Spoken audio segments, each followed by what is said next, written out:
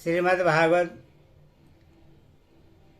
सुधा सागर षष्ठ स्कंद में 10वां अध्याय में देवताओं के साथ दधीचि ऋषि की अष्ट से वज्र निर्माण और वृद्धासुर की सेना पर आक्रमण की कथा सुनाऊंगा। आप इस कथा को ध्यानपूर्वक सुने और इस चैनल को लाइक एंड सब्सक्राइब जरूर कर दें। कथा सुनिए। श्री सुखदेव जी कहते हैं, परीक्षित, विश्व के जीवन दान श्री हरि इंद्र को इस प्रकार आदेश देकर देवताओं के सामने वहीं के वहीं अंतर ध्यान हो गए। अब देवताओं ने उदार शिरोमणि अर्धवेदी दधीचि ऋषि के पास जाकर भगवान के आज्ञानुसार याचना की। देवताओं की याचना सुनकर दधीचि ऋषि को बड़ा आनंद हुआ। उन्होंने हंसकर देवताओं से कहा, देवताओं, आप लोगों को संभवतः यह बात नहीं मालूम है कि मरते समय प्राणी को बड़ा कष्ट होता है।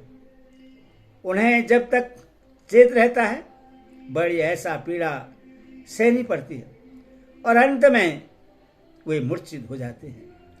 जो जीव जगत में जीवित रहना चाहते हैं उनके लिए शरीर बहुत ही अनमोल, प्रियतम एवं अभिष्ट वस्तु है। ऐसी स्थिति में स्वयं विष्णु भगवान भी यदि जीव से उनका शरीर मांगे तो कौन उससे देने का साहस करेगा। देवताओं ने कहा, ब्राह्मण, आप जैसे उदार और प्राणियों पर दया करने वाले महापुरुष, जिनके कर्मों की बड़े बड़े यशस्वी महानुभाव भी प्रशंसा करते हैं, प्राणियों की भलाई के लिए कौन सी वस्तु निछावर नहीं कर सकते। भगवान इसमें संदेह नहीं कि मांगने वाले लोग स्वार्थी होते हैं। उनमें देने वालों की कठिनाइयों का विचार करने की बुद्धि नहीं होती। यदि उनमें इतनी समझ होती तो मांगते ही क्यों। इसी प्रकार दाता भी मांगने वाले की विपत्ति नहीं जानता, अन्यथा उसके मुंह से कदापि ना ही न निकलती। इसीलिए आप हमारी विपत्ति समझकर हमारी याचना पूर्ण कीजिए। दधीचि ऋषि ने कहा, देवताओं, मैंने आप लोगों के मुंह से धर्म की बात सुनने के लिए ही आपकी मांग के प्रति उपेक्षा दिखलाई थी। यह लीजिए, मैं अपने प्यारे शरीर को आप लोगों के लिए अभी छोड़ देता हूं, क्योंकि एक दिन यह स्वयं ही मुझे छोड़ने वाला है। देव शिरोमणियों, जो मनुष्य इस विनाशी शरीर से दुखी प्राणियों पर दया करके मुख्यतः धर्म और गौरवतः यश का संपादन नहीं करता, वह जड़ पेड़ पौधों से भी गया बीता है।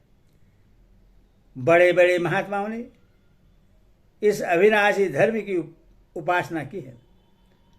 उसका स्वरूप बस इतना ही है कि मनुष्य किसी भी प्राणी के दुख में दुख का अनुभव करे और सुख में सुख का। जगत के धन जन और शरीर आदि पदार्थ क्षणभंगुर हैं। ये अपने किसी काम नहीं आते, अंत में दूसरों के ही काम आएंगे। ओहो, यह कैसी कृपणता है। कितनी दुख की बात है कि यह मरण धर्मा मनुष्य इनके द्वारा दूसरों का उपकार नहीं कर लेता। श्री सुखदेव जी कहते हैं, परीक्षित, अर्धवेदी महर्षि दधीचि ने ऐसा निश्चय करके अपने को परम ब्रह्मा परमात्मा श्री भगवान में लीन करके अपना स्थूल शरीर त्याग दिया। उनके इंद्रिय, प्राण, मन और बुद्धि सहज दुष्ट तत्वमयी थी। उनके सारे बंधन कट चुके थे। अथवा जब वे भगवान से अत्यंत युक्त होकर स्थित हो गए, तब उन्हें इस बात का पता ही नहीं चला कि मेरा शरीर छूट गया। भगवान की शक्ति पाकर इंद्र का बल पुरुष उन्नति की सीमा पर पहुंच गया। तब विश्वकर्मा जी ने दधीचि ऋषि की हड्डी से वज्र बनाकर उन्हें दिया और उससे हाथ में लेकर ऐरावत हाथी पर सवार हुए। उनके साथ साथ सभी देवता लोग तैयार हो गए। बड़े बड़े ऋषि मुनि देवराज इंद्र की स्तुति करने लगे। तब उन्होंने त्रिलोकी को हर्षित करते हुए वृत्रासुर का वध करने के लिए उस पर पूरी शक्ति लगाकर धावा बोल दिया।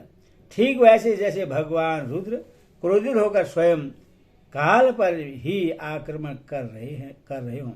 प्रसिद्ध वृत्रासुर भी दैत्य सेनापतियों की बहुत बड़ी सेना के साथ मोर्चे पर डटा हुआ था। जो व्यवस्थित मनवंतर इस समय चल रहा है, उसकी पहली चतुर्युगी का त्रेतायुग अभी आरंभ ही हुआ था। उसी समय नर्मदा तट पर देवताओं का दैत्य के साथ यह भयंकर संग्राम हुआ। उस समय देवराज इंद्र हाथ में वज्र लेकर रुद्र वसु आदित्य दोनों अश्विनी कुमार पितृगण अग्नि मरुदगण ऋषिगण साधिगण और विश्वदेव आदि के साथ अपनी कांति से शोभायमान हो रहे थे। वृत्रासुर आदि दैत्य उनको अपने सामने आया देख और भी चिढ़ गए। तब नमुची संबर अनरुआ दमुदा ऋष्यव अंबर हयग्रीव शंकुशिरा विप्रचित अयोमुख पुलोमा वृक्षपर्वा पर हेति उत्कल सुमाली माली आदि हजारों दैत्य दानव एवं यक्ष राक्षस स्वर्ण के साथ समान के साथ सुयोजित होकर देवराज इंद्र की सेना को आगे बढ़ने से रोकने लगे।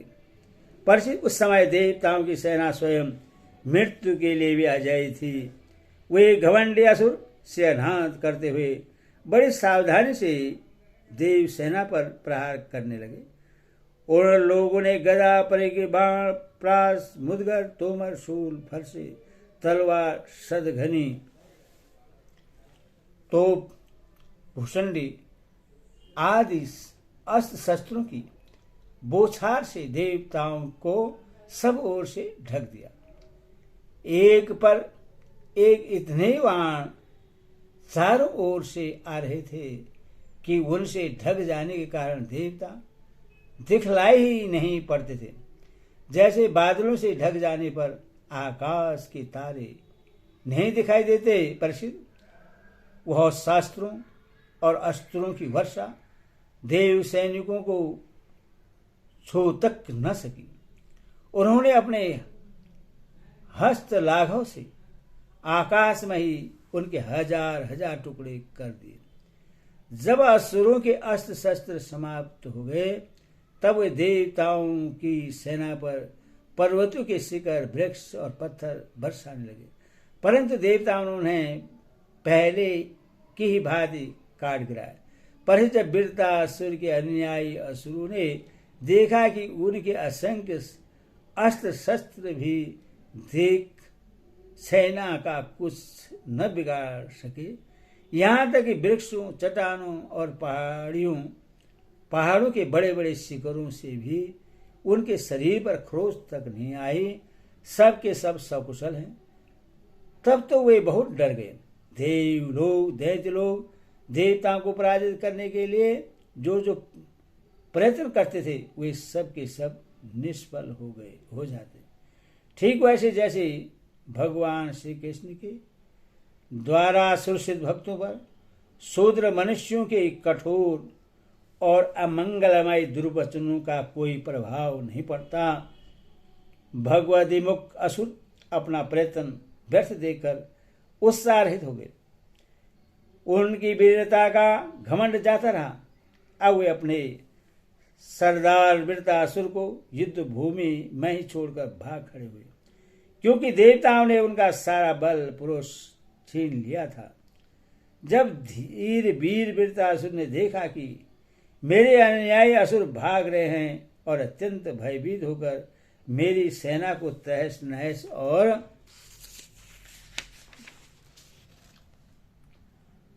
तितर बितर हो रही है, तब वह हंसकर कहने लगा। भी श्रोमणी वृत्रासुर ने समयानुसार विरोचित वाणी से विव्रचित, नमोसी, पुलोमा, मय, अनवरवा, संबर आदि दैत्यों को संबोधित करके कहा, असुरो भागो मत, मेरी एक बात सुन लो। इसमें संदेह नहीं कि जो पैदा हुआ है उससे एक न एक दिन अवश्य मरना पड़ेगा। इस जगत में विधाता ने मृत्यु से बचने का कोई उपाय नहीं बतलाया है।